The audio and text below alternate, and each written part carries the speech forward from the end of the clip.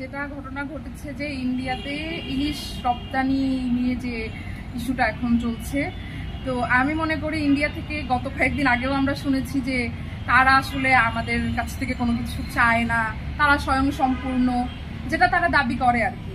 তাহলে যেহেতু তারা এতই স্বয়ংসম্পূর্ণ, তাহলে বাংলাদেশের কাছে তাদের আবার ইলিশ চেয়ে যে একটা নোটিশ, এটাকে আসলে আমরা কিভাবে দেখবো আমি জানি না। উপদেষ্টাগণ এটাকে কিভাবে আবার রপ্তানির যে অনুমতিটা দিয়েছেন সেটাকে আমি অ্যাজ এ স্টুডেন্ট আমি ভালোভাবে নিব না। কারণ আচ্ছা, গতকালকে সামাজিক যোগাযোগ মাধ্যমেও এই ইলিশ মাছ সংক্রান্ত বিষয়ে বিভিন্ন ধরনের মিশ্র প্রতিক্রিয়া আর কি দেখলাম।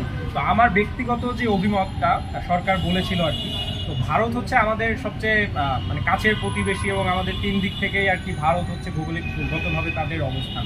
সুতরাং যেই সরকারই আসুক, ভারতের সাথে আসলে মানে বৈরিতা বাড়িয়ে বা ভারতকে হচ্ছে টেক্কা দিয়ে মানে ভালো থাকাটা আর কি কঠিন। সুতরাং আমার মনে হয় যে পররাষ্ট্র নীতির জন্যই বা ভারতের সাথে সম্পর্কের উন্নয়নের জন্যই আসলে এই সরকারের হচ্ছে ভারতে যে পূজা উপলক্ষে, মানে হিন্দু ধর্মাবলম্বীদের সবচেয়ে বড় যে ধর্মীয় উৎসব দুর্গা পূজা, সেই উপলক্ষেই আসলে ইলিশের যে রপ্তানি, এবং এটাকে আমি এই সরকারের একটা ডিপ্লোম্যাটিক এবং পজিটিভ হিসেবেই দেখবো যে বাংলাদেশের একজন নাগরিক হিসেবে, যে তারা আর কি দুর্গাপূজার আগে ভারতে যে 3000 টন ইলিশ পাঠানোর যেটা রপ্তানি করার যেটা গিয়েছে, এবং এটা আমাদেরকে মাথায় রাখতে হবে যে তাদেরকে কিন্তু শুধুমাত্র উপহার হিসেবে দেওয়া হচ্ছে না, বরং সেটা রপ্তানি করা হচ্ছে এবং তার পরিবর্তে কিন্তু একটা মূল্য সরকার বা একটা রাজস্ব কিন্তু আয়।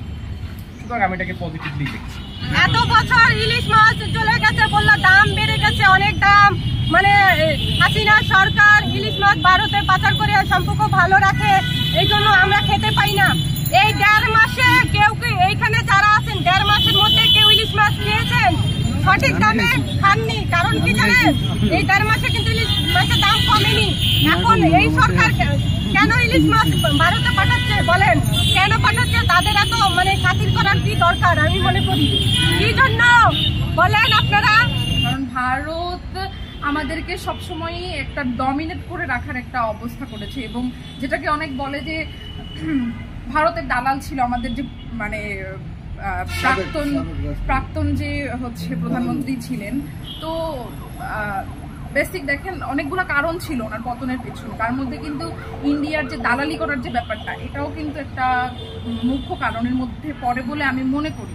তো সেই ক্ষেত্রে যদি এখন আবার সেই পুনরাবৃত্তি হয়, তাহলে আসলে আমি দেখতে পাচ্ছি যে প্রত্যেকটা ঘটনারই পুনরাবৃত্তি আবারও হচ্ছে।